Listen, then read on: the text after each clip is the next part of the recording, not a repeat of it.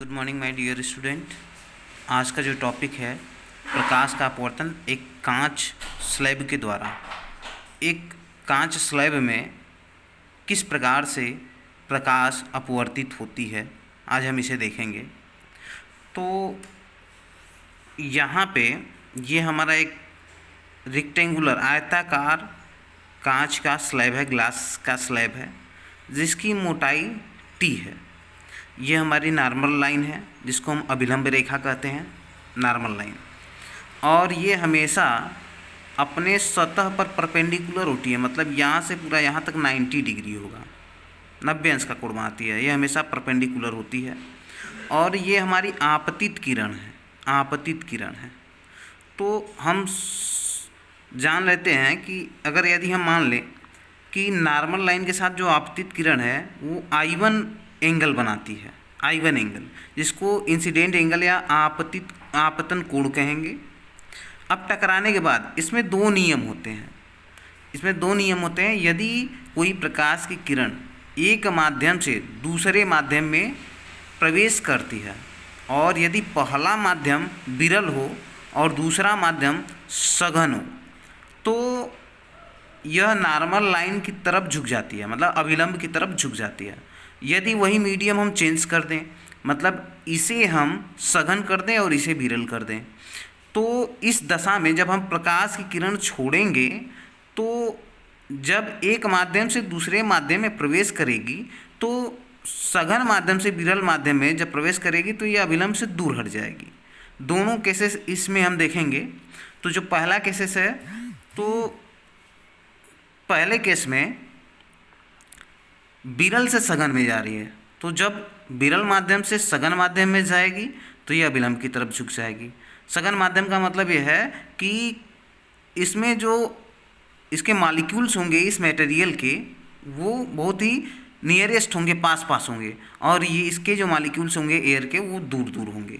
तो इसमें प्रकाश का गमन होगा वो आसानी से होगा और इसमें थोड़ा सा डिफ़िकल्ट होगा। क्योंकि इसके मॉलिक्यूल्स बहुत पास पास हैं, तो इसलिए यह नॉर्मल लाइन की तरफ, ये अभिलंब की तरफ झुक जाती है। तो हम मान लेते हैं कि ये जो I1 है नॉर्मल के साथ, अभिलंब रेखा के साथ ये आपतित होती है, तो ये आपतन कोण बन जाता है। अब यहाँ से यह अपवर्तित हो जाती है, इस प्रकाश की किरण को ऐसे सीधे चले जाना चाहिए अपने पाथ पर, लेकिन यह अपने पाथ पर नहीं जाएगी।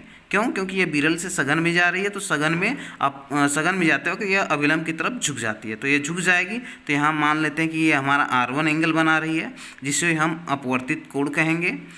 और इस कोण को यदि हम D मान लें, तब इस दशा में हमारा क्या हो जाएगा, ये नॉर्मल लाइन थी तो ये हमारा आपतन कोण था, तो ये आपतन कोण बराबर हो जाएगा I1 = D + R1, दोनों कोण के योग के बराबर हो जाएगा। क्योंकि शीर्षाभिमुख कोण के नियमानुसार दोनों अपोजिट जो एंगल होते हैं आपस में इस दशा में बराबर होते हैं। तो यहाँ से जब D1 की वैल्यू मैं निकालूंगा तो ये ट्रांसफ़र हो जाएगा I1 के तरफ, तो I1 - R1 = D हो जाएगा।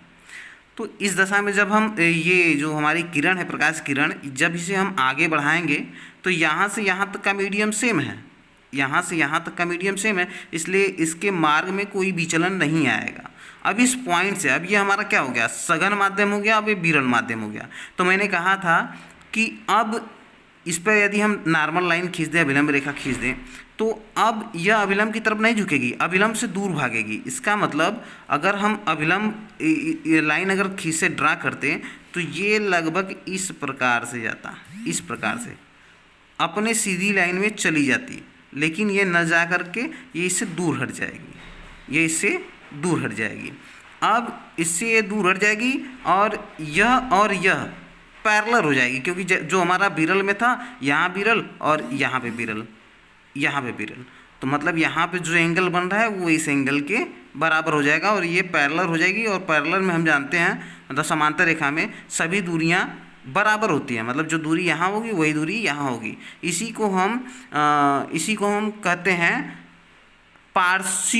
पार्श्वी विस्थापन कहते हैं, या इंग्लिश में लेटरल डिस्प्लेसमेंट कहते हैं, लेटरल डिस्प्लेसमेंट। अब यदि हम इसको इस प्रकार से यहाँ पे 90 एंगल का कोण बना दें और इसे हम इस दूरी को दिखाएं पार्श्वी विस्थापन जो है, और इस पॉइंट को यदि हम O मान लें, इसको P मान लें, इसको Q मान लें और इस पॉइंट को R मान लें, तब हम देखेंगे समकोण त्रिभुज OPQ में यदि हम देखेंगे OPQ में OPQ में यदि मैं साइन D की बात करूं, ये अगर मैं इसे थीटा मान लूँ तो साइन थीटा बराबर जानते हैं लंब बटा कर्ण, तो इस दशा में कोण के सामने वाला लंब हो जाएगा और कर्ण हमेशा कर्ण ही रहता है। तो इसका मतलब पी क्यू अपान में sine D is equal to P Q बटा में क्या हो जाएगा हमारा ओ पी हो जाएगा। तो वही चीज़ मैंने यहाँ लिखा है पी क्यू अपान में ओ पी। या अब साइन डी, तो जो साइन डी है मैंने यहाँ पे निकाला हुआ है डी की value D is equal to I one minus R one, तो इसे हम यहाँ पुट कर लेंगे तो हमें मिलेगा साइन डी के स्थान पे sine I one minus R one is equal to, अभी हमारा जो पी क्यू है वो डेल एक्स के बराबर है, इसलिए यहाँ पे डेल एक्स रख दिया गया है अपान में ओ पी। तो यहाँ से जब हम डेल एक्स की वैल्यू निकालेंगे तो मिलेगा O P into sine I one minus R one, ये इक्वेशन 1 मान लेंगे। इसी प्रकार से अब त्रिभुज समकोण त्रिभुज ओ आर पी में देखेंगे, ओ आर पी में ये हमारा समकोण है, तो इसमें यदि मैं कास डी लूँ, कॉस डी नहीं सॉरी, यहाँ पे मैं कास आर वन ले लूँ, आर वन, तो R one is equal to cos theta is equal to आधार बटे कर्ण होता है, cos theta is equal to आधार बटे कर्ण, तो इसमें आधार क्या मिलेगा हमको ओ आर मिलेगा, ओ आर मिलेगा। तो यहाँ पे ओ आर हो गया अपान में आधार बटा में cos theta is equal to आधार बटा में कर्ण, तो कर्ण इसमें क्या है ये हमारा 90 डिग्री है, तो कर्ण हमारा सामने वाला होगा, तो ये आधार हमारा ओ आर मिलेगा और कर्ण हमको ओ पी मिलेगा। तो यहाँ पे ओ आर बटा में ओ पी लिख दिया है। तो यहाँ हम जानते हैं कि जो ओ आर है वो ग्लास स्लैब की जो मोटाई थिकनेस है वो टी के बराबर है, इसलिए यहाँ ओ आर के स्थान पे मैं टी पुट कर दूंगा अपान में ओ पी, तो हमें मिल जाएगा कास आर वन,